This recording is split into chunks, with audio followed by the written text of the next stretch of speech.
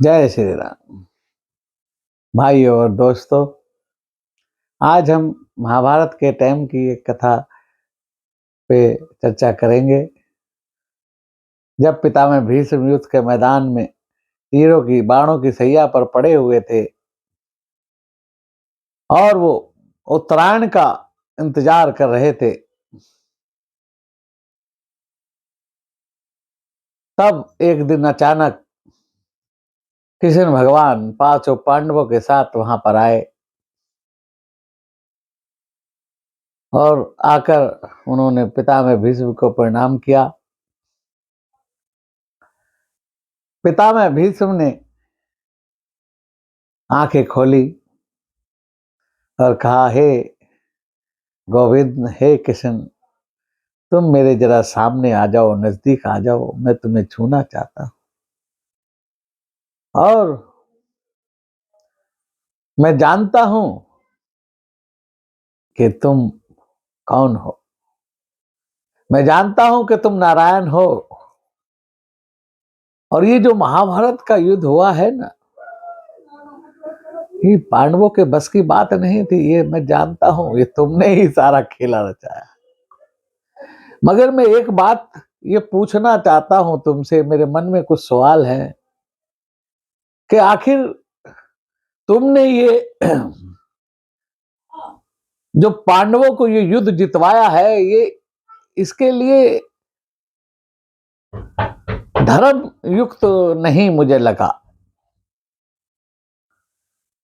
क्योंकि जिस प्रकार से तुमने गुरु द्रोणाचार्य का वध करवाया,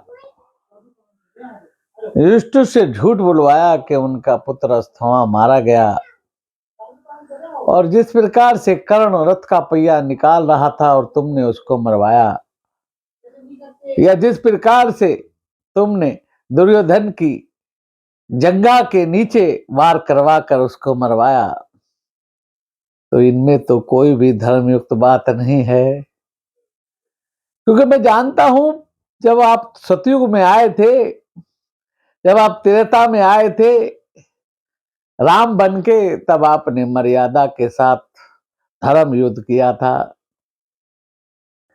तो कृष्ण भगवान कहने लगे कि उस समय पितामह, आप ये देखो कि उस समय जो राक्षस थे, जो दुष्ट थे, जो पापी थे, वो भी धर्म मर्यादा में रहते थे। वो भी बड़े बड़े तपस्वी थे। रावण कितना बड़ा तपस्वी, कितना बड़ा ज्ञानी था। वहां मर्यादा से ही हमने उसको मारा। लेकिन ये कलयुग है, ये द्वापर है, द्वापर है। और द्वापर में धर्म की स्थापना के लिए हमें अपनी नीति बदलनी पड़ी। मुझे अपनी नीति बदलनी पड़ी, क्योंकि धर्म को विजय दिलाने के लिए धर्म की विजय धर्म के द्वारा ही नहीं हो सकती। उसके लिए समय के अनुसार हमें अपनी युक्तियां बदलनी पड़ती हैं, अपने अपने नियम बदलने पड़ते हैं, नहीं तो धर्म की विजय नहीं हो सकती। क्योंकि जिन दुष्टों को, पापियों को हमने मारा, वो भी धर्म को नहीं मान रहे थे, इसलिए हमें उनके जैसा होकर उनको मारना पड़ा।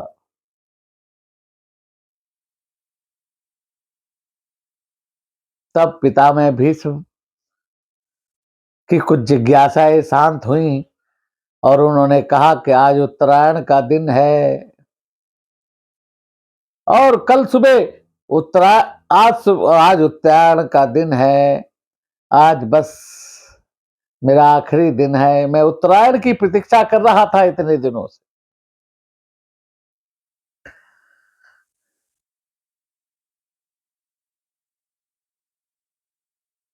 आज हे गोविंद, मैं चाहता हूं कि बस आपके सामने ही आपके दर्शन करता हुआ मैं अपने प्राणों को छोड़ूं। और इतना कहकर पितामह ने अपनी सांस को छोड़ दिया।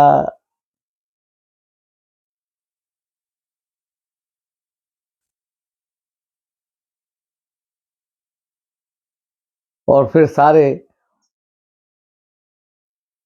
इस संसार से पितामह भीष्म ने अंतिम विदा ली।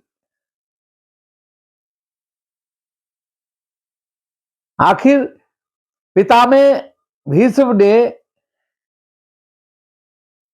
काफी इतने दिन युद्ध के मैदान में सैया पर क्यों पड़े रहे? उन्होंने उत्तरायण, मकर संक्रांति के दिन उत्तरायण शुरू होता है, उसका इंतजार आखिर क्यों किया? ऐसा क्या था उसमें? भगवान गीता में बताते हैं कि उत्तरायण के 6 महीने में जो मृत्यु को प्राप्त होता है वो सीधा मोक्ष को प्राप्त होता है, वो सीधा स्वर्ग को जाता है। और दक्षिणायन के 6 महीने में जो जाता है वो चंद्रमा की ज्योति को पहुंचता है और वापस आकर जन्म ले लेता है। और इसमें भी शुक्ल और कृष्ण नाम की 2 गतियां हैं। इन 6 महीनों में भी कुछ दिन बटे हैं, शुक्ल पक्ष और कृष्ण पक्ष। तो इसमें भी जो उत्तरायण के 6 महीनों में जो शुक्ल पक्ष में जाता है वो सीधा मुक्ति को प्राप्त होता है, भगवान के धाम को जाता है, फिर वो संसार में नहीं लौटता। और जो कृष्ण पक्ष में जाता है वो चंद्रमा की ज्योति को जाकर वापिस आकर अपने दोबारा इस संसार में जन्म लेता है। इसलिए पितामह भीष्म ने अथाह पीड़ा को सहते हुए बाणों की सैया पर युद्ध के मैदान में अकेले काफी दिन व्यतीत किए और उत्तरायण के 14 जनवरी मकर संक्रांति का इंतजार किया। 14 जनवरी मकर संक्रांति होती है, उसी दिन उत्तरायण का प्रादुर्भाव होता है। और उस दिन पितामह भीष्म का दिन के नाम से भी जाना जाता है। भाइयों और दोस्तों, आज की वीडियो पसंद आए तो लाइक शेयर करना, सब्सक्राइब के बटन को दबाना, बेल आइकन को दबाना। कृष्ण भगवान सबका मंगल करें। जय श्री